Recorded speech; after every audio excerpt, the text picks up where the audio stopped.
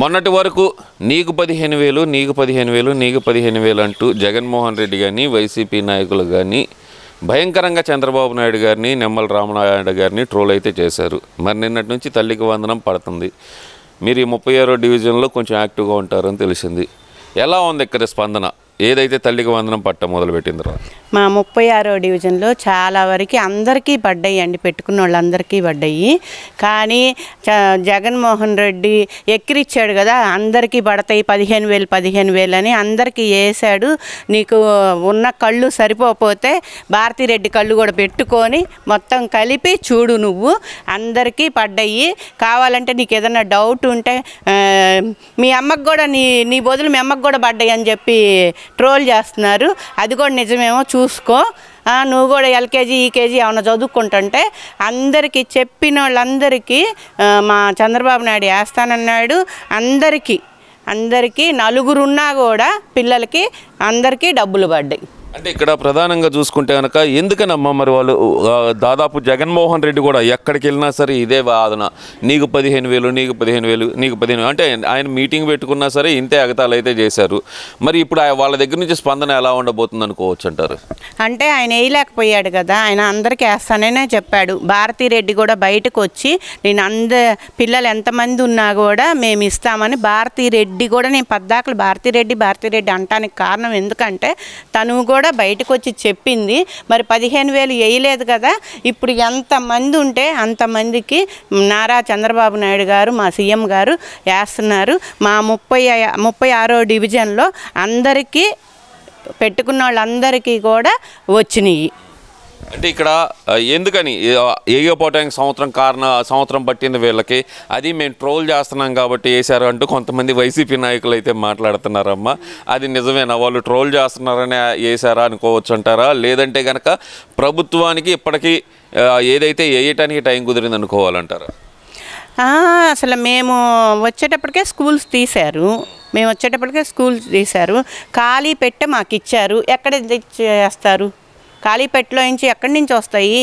ఈ సంవత్సరం రోజులు ఆయన కష్టపడి చేశాడు కాబట్టే పిల్లలందరికీ వేయగలిగాడు. లేదు అంటే నీకు మళ్ళీ అయితే ఆయన కూడా ఒక్కళ్ళకే వేయాల్సి వచ్చింది. అలా కాదు, మాట ఇచ్చిన ప్రకారం చెయ్యాలి అని చెప్పేసి ఈ సంవత్సరం నుంచి వేశారు. అంటే ఇక్కడ ఈ తల్లికి వందనం వేయటంతో ఈ వైసీపీ నాయకులకి ఏదైతే ట్రోల్ చేస్తున్నారో వాళ్ళు ట్రోల్ చేసే అవకాశం చంద్రబాబు నాయుడు గారు ఇవ్వకుండా చేశారనుకోవచ్చు అంటారా? లేదంటే వాళ్ళకు భయపడి మాత్రమే వేసాడు అనుకోవాలంటారు? ఎదవలకు భయపడేది ఏంది? అసలు వైసీపీకి కూడా భయపడే వాళ్ళు ఉన్నారా?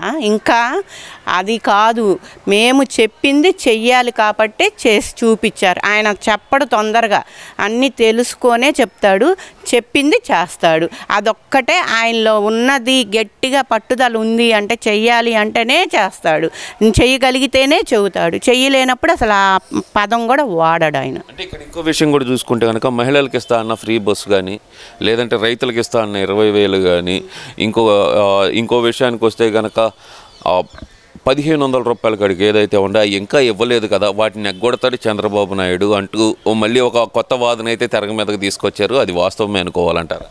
బస్సులు 15వ తారీఖు నుంచి మొదలవుతున్నాయండి.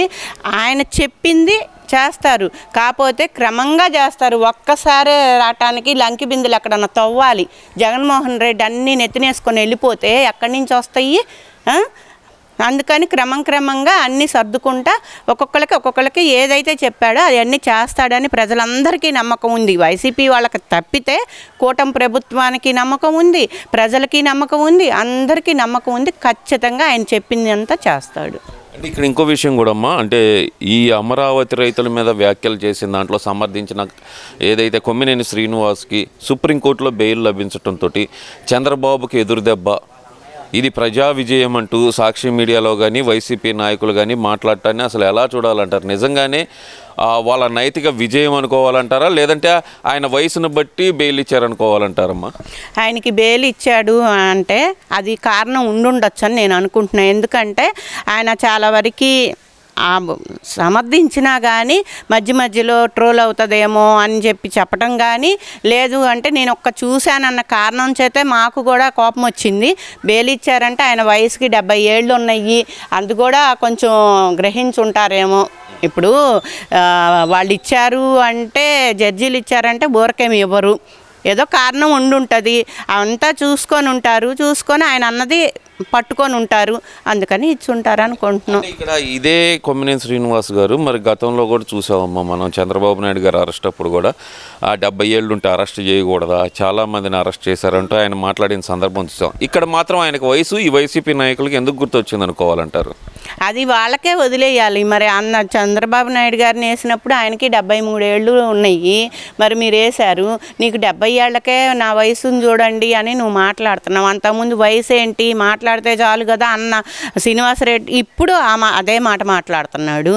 ఇంకా ఆయనకే వదిలేయాలి ఇట్లాంటివి కొన్ని. ఇంకా మేమైతే అదే అనుకుంటున్నాం. ఈ కృష్ణరాజు కూడా అరెస్ట్ అయ్యాడమ్మా, ఆయనకు కూడా రిమాండ్ అయితే విధించారు కదా, అసలు ఎలా చూడాలి దీన్ని? అసలు ఎంత వేగ్గా అంటే ఎంత దారుణమైన వ్యాఖ్యలు చేయడానికి గల కారణం ఏమనుకోవచ్చు అంటారు? ఒక పక్కన అమరావతిలో జరుగుతున్న పనులు అనుకోవచ్చు అంటారా, లేదంటే సంక్షేమ కార్యక్రమాల అభివృద్ధి జరుగుతున్నాయి కదా డైవర్ట్ చేయడానికి అనుకోవాలంటారా? డైవర్ట్ చేయడానికే వీళ్ళు ఇదని, ఎందుకంటే విషం జల్లుతున్నారు.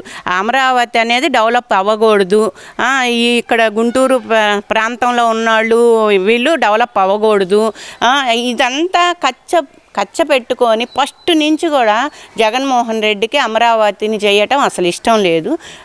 దాని కారణంగా వీళ్ళందరూ ఒక ప్లాన్ చేసి ఆ ప్లాన్ ప్రకారమే ఎవరినంటే బయటకు వస్తారు, ఎవరినంటే ఇది గొడవ పెరిగిద్ది, అందరికీ ప్రచారం చెయ్యాలి అంటే అమరావతి ఆడవాళ్ళని అనాలని వీళ్ళు ప్లాన్తోనే వీళ్ళందరూ శ్రీనివాస్ కానీ రాజు కానీ జగన్ కానీ, నేను ఇట్లాగే చెప్తున్నా, వీళ్ళందరూ చేసిన పని అని మేము అనుకుంటున్నాం. అంటే ఏదో పొరపాటున ఆధార్ కానీ అంటే మర్చిపోయామ్మా, సజ్జల్ గారు కూడా మాట్లాడారు కదా ఒక మాట అయితే, సంకరజాతి అన్నాడు. వాడు సంకరజాతి కాబట్టే అందరిని సంకరజాతి అంటున్నాడు. అసలు అంటే ఇప్పుడు అమరావతి వాళ్ళని ఆడవాళ్ళని అన్న దానికి యాడ్ చేసుకుంటే వీళ్ళందరూ కలిపి అన్న మాటలే ఇవన్నీ. సంకరజాతి అంటే అర్థం తెలుసా ఆ ఎదవకి అసలు? ఆయన శంకరజాతోడు, అలా జగన్ శంకరజాతోడు, వీళ్ళందరూ కాబట్టే వీళ్ళందరిని అంటున్నారు. ఇక్కడ ప్రధానంగా చూసుకుందాం, అసలు ఈ మాటలనేది లేకుండా నాకు బెయిల్ కావాలి, కోర్టుగా ఏదైతే కనుక పోలీసులకు సహకరిస్తా అని చెప్పి కేసు నమోదయ్యి కాకముందలనే సజ్జల రామకృష్ణారెడ్డి హైకోర్టుకి వెళ్ళారమ్మా. ఎలా చూడాలి అసలు ఈ విషయాన్ని? మాట్లాడి హైకోర్టుకి వెళ్తే సరిపోతుందంటారా? సజ్జలకు చెప్తున్నాం, సద్దరొట్టేసి కొడతాం మొహం మీద. అసలు నువ్వు తప్పు మాట్లాడకపోతే నీకు బెయిల్ ఎందుకు? నువ్వు తప్పుడు చెయ్యకపోతే నీకు ముందుగానే బెయిల్ ఎందుకు? నీ దగ్గర ఉన్న డబ్బు మొత్తం బయటకు వచ్చిద్ది, నీ దగ్గర ఏమేం చేసావో అంతా బయటకు వస్తుంది. ఇంక నెక్స్ట్ వేయాల్సింది సజ్జల్ని. సజ్జలే అంటారు. నెక్స్ట్ సజ్జలకే పడిద్దని మేము కూడా అనుకుంటున్నాం. తర్వాత రోజాకి అంతే. రోజా కూడా అంటుందమ్మా, ఏం మాట్లాడారు వాళ్ళు, ఏం మాట్లాడారు? అదే రోజాకి కూడా నెక్స్ట్ రోజాకి కూడా ఉంటుంది భజన, అంతే, తప్పదు.